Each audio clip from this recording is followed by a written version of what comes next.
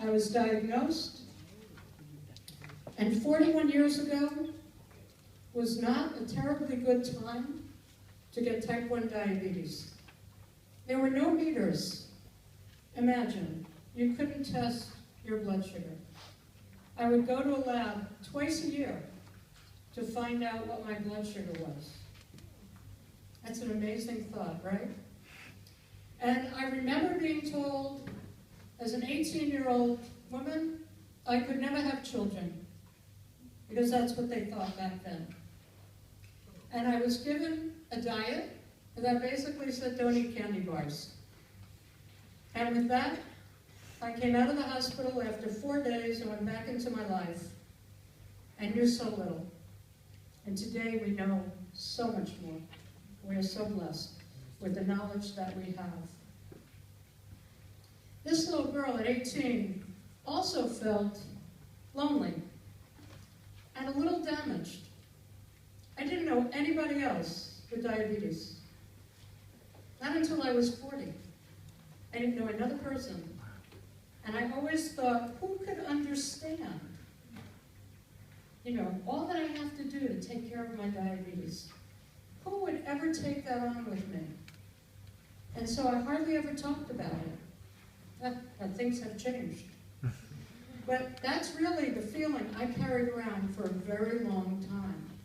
So that even in my late 30s, when I was living in Japan for 6 years, working as an advertising copywriter, very successful in my career, traveled the world, China, Hong Kong, Bali, Singapore, Europe.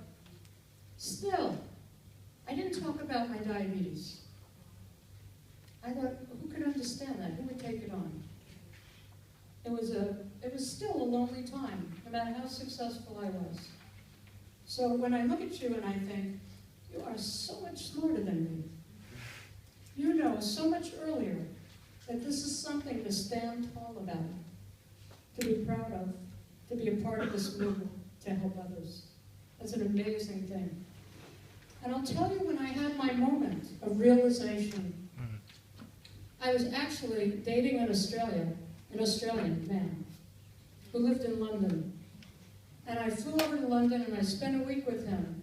And one night, I woke up in the middle of the night with low blood sugar. And he woke up and I said, I'm low, I need some sugar. And he said, yeah, and went back to sleep. So he was pointing at the kitchen.